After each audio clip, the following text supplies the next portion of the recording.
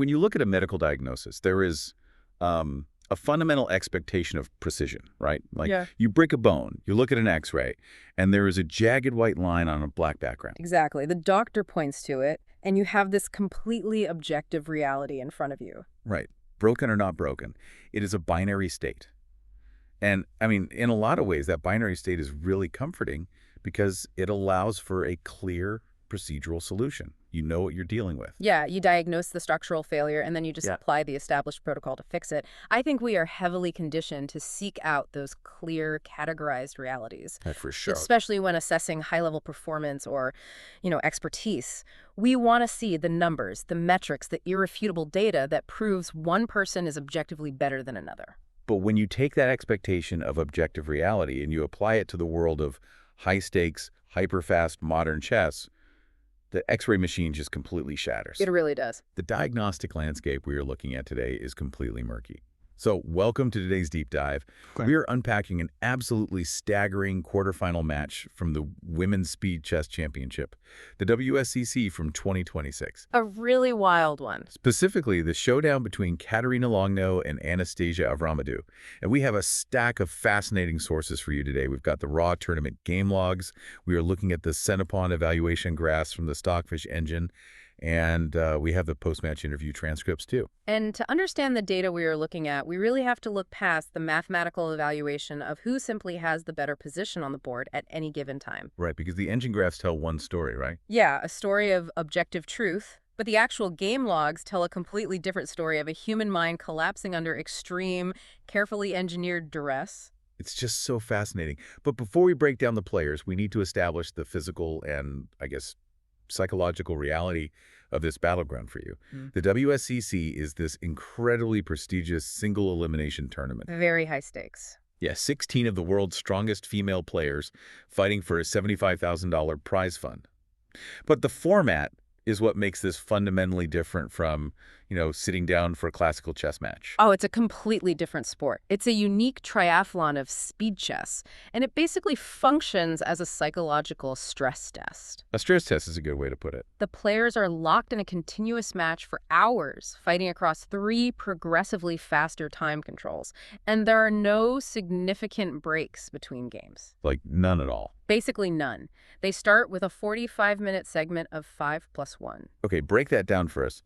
What does 5+1 actually mean in practice? So it means for every single game played within that overall 45-minute window, each player gets 5 minutes on their clock to complete all their moves, plus a 1-second increment added back every time they make a move. Okay, I just want to pause on that for a second to contextualize a 1-second increment for you listening at home. Yeah. That is barely enough time to physically register your opponent's move, grab your mouse, drag your piece across the screen, and click.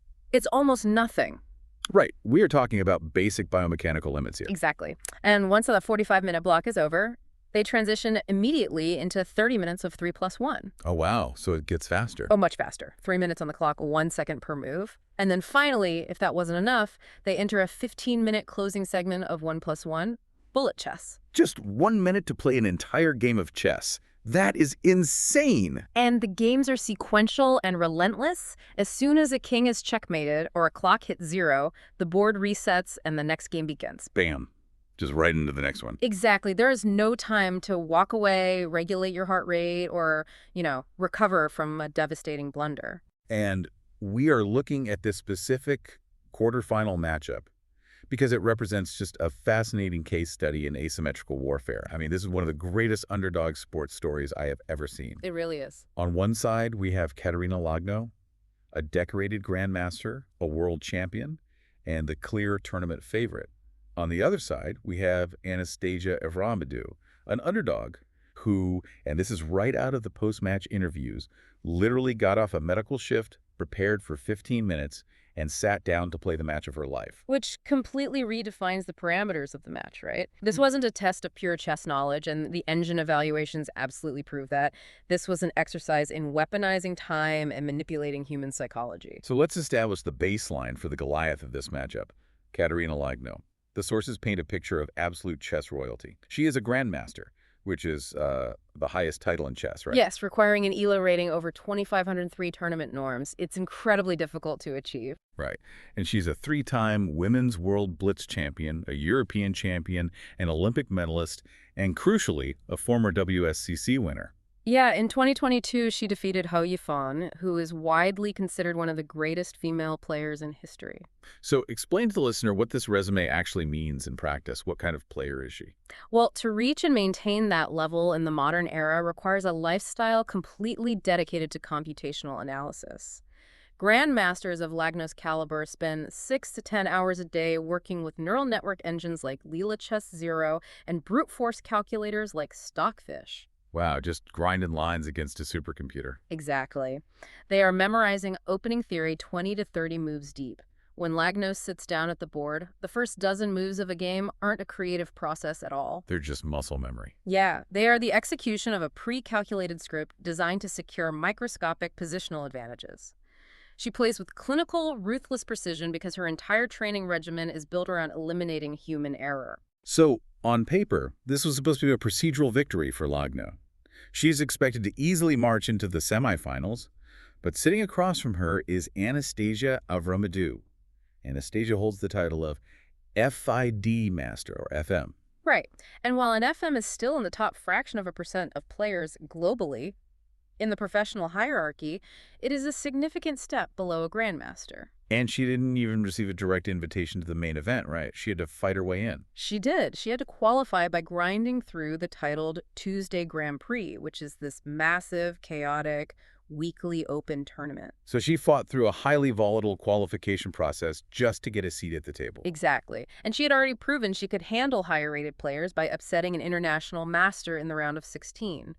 But the rating gap between an FM and a super grandmaster like Lagno is just immense. What would the engines say about her chances?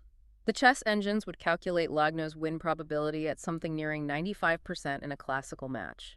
95%. That brings us to the central anomaly in our data today.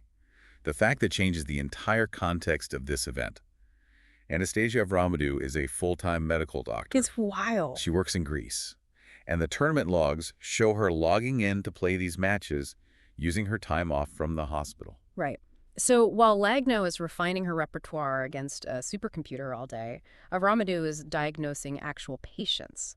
Her chess career is essentially a high-level hobby funded by her medical career. How does a part-time player even conceptualize facing a three-time Blitz world champion? I mean, it's like a weekend marathoner showing up to the Olympics, except the weekend marathoner actually starts winning. Well, you have to look at the psychological weight of the situation. Kateryna has all the pressure of expectation. The burden of the crown. Exactly. Every slight inaccuracy she makes is magnified. She has an enormous amount of professional pride and expectation weighing on every single mouse click. And Anastasia. Anastasia has zero pressure. She is just happy to be there looking for a fun fight. She isn't defending a title or protecting a livelihood dependent on chess sponsorships. If she loses, she just goes back to being a successful doctor. That massive difference in mindset becomes the defining factor of the match, doesn't it? Oh, absolutely. This lack of pressure allows her to make decisions on the board that a professional might consider way too risky or objectively dubious. She is willing to play the player, not the board. I was looking at the forums and the live chat logs from the broadcast, and there was this immediate narrative forming when Anastasia started winning. People were speculating that Kateryna Lagno must have been sick or, I don't know, dealing with an internet latency issue or just having a historically bad day. Of course they were. Because the assumption is that a grandmaster simply does not lose to a part-time player unless the grandmaster fundamentally collapses on their own. But when you look at the engine evaluation graphs for the first half of these games, that bad day theory falls apart entirely. It completely dismantles the bad day theory. If you look at the centipon evaluations, which is how the computer scores the position, Lagno was playing brilliantly in the opening phases. Really? So she was finding good moves? She was finding top engine choices. She was achieving positions that were objectively evaluated as plus 1.5 or plus 2 in her favor, which at the grandmaster level is usually a decisive winning advantage. So she wasn't misplaying the chess? No, she was misplaying the clock. And she was doing so because Anastasia was deliberately dragging her into positions that are incredibly difficult for a human to process quickly. We see this strategy materialize immediately as the 45-minute segment of 5+1 chess begins. Anastasia unveils her game plan, and it revolves entirely around utilizing chaos as a weapon. Yes, right from the start. In Game 1, Lagno opens with the white pieces. She plays pawn to e4, fighting for center control like you'd expect. Anastasia responds with the Nimzowitsch defense.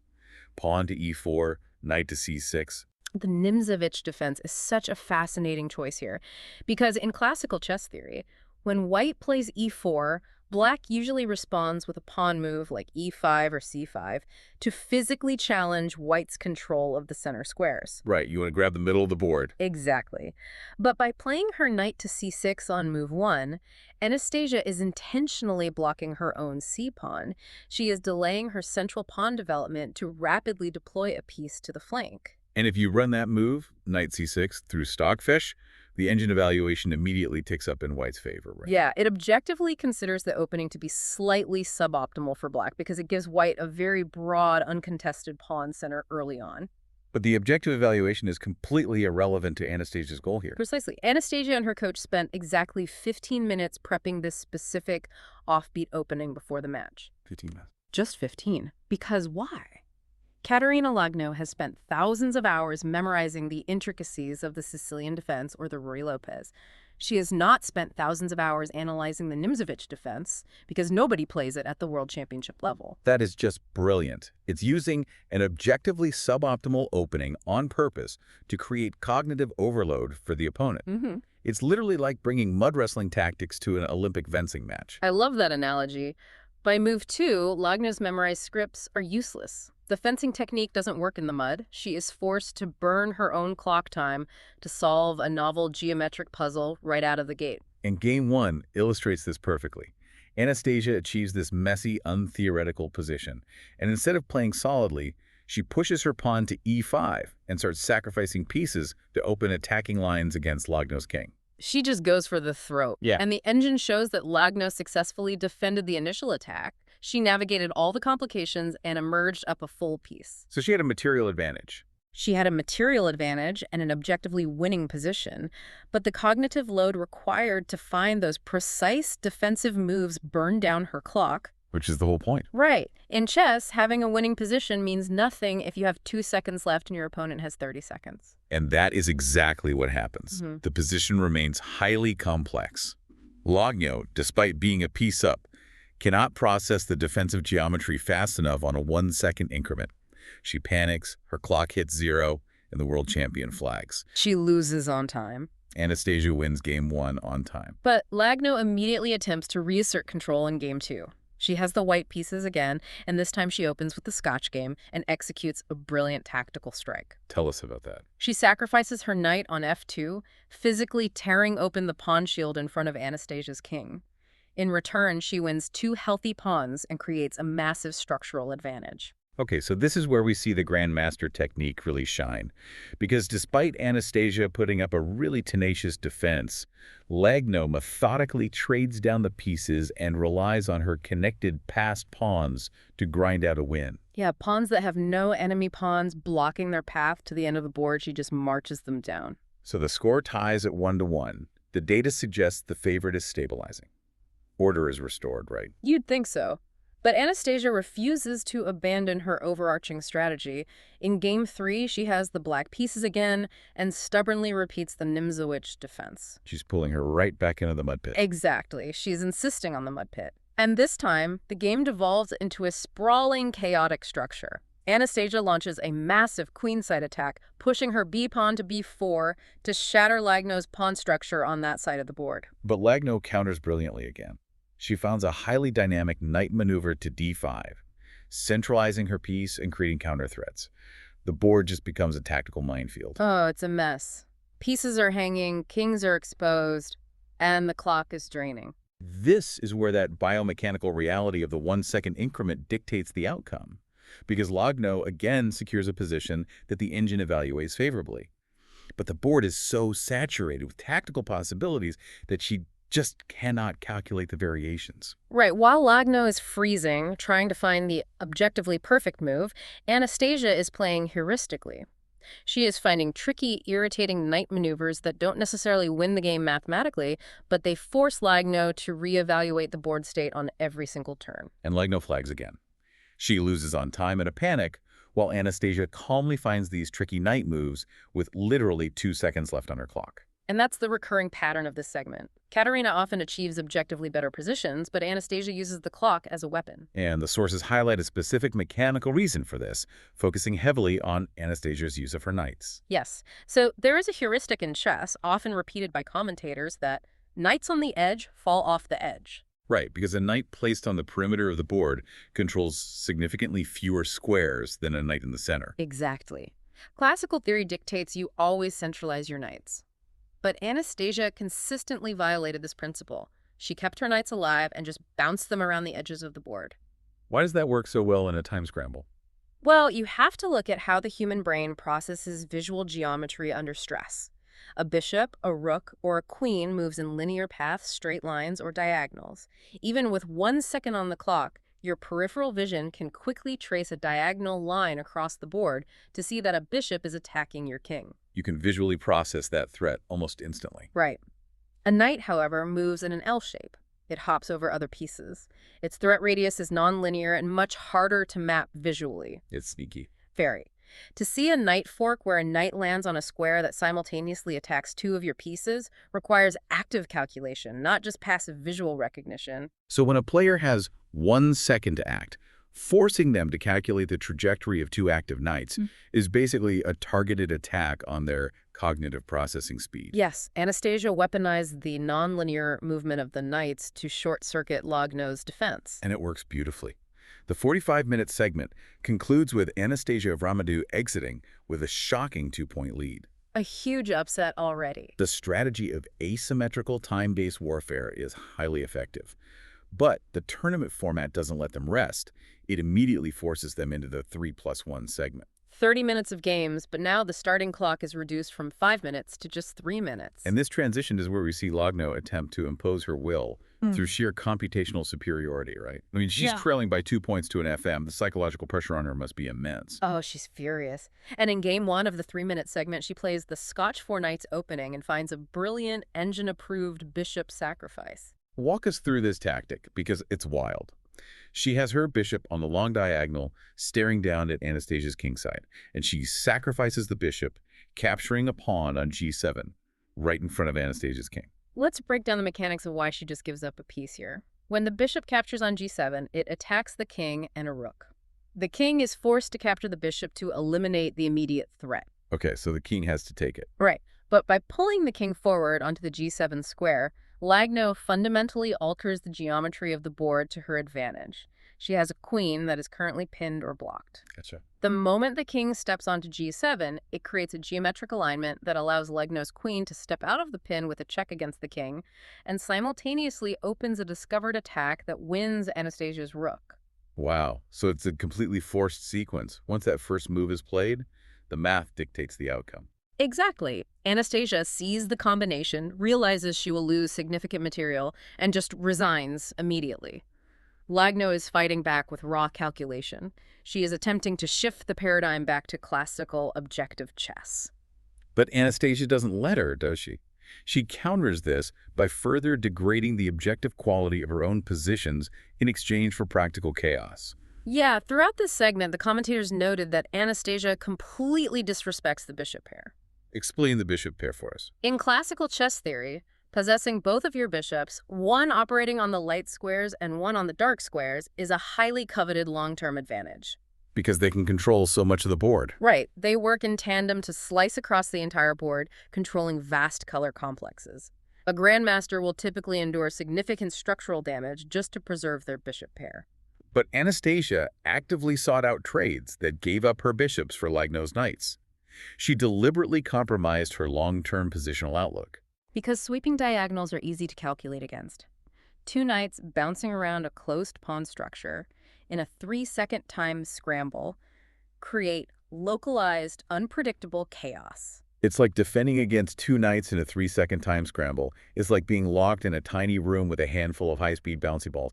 You just can't track where they are going to hit next. That's exactly what it feels like. She traded the theoretical advantage of the bishop pair for the practical weapon of knight complexity. And the clock really dictates the match here.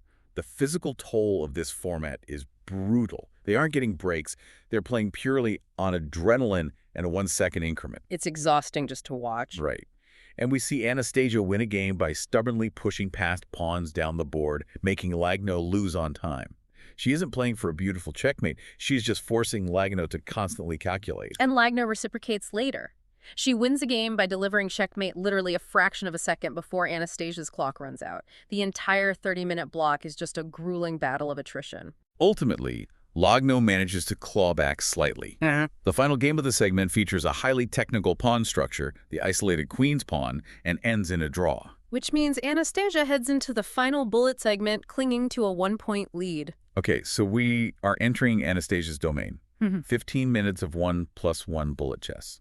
And you have to wonder, is a 1-point lead safe in bullet chess? Emphatically no. A 1-point lead in bullet chess is just a statistical margin of error. Because one mistake ruins everything.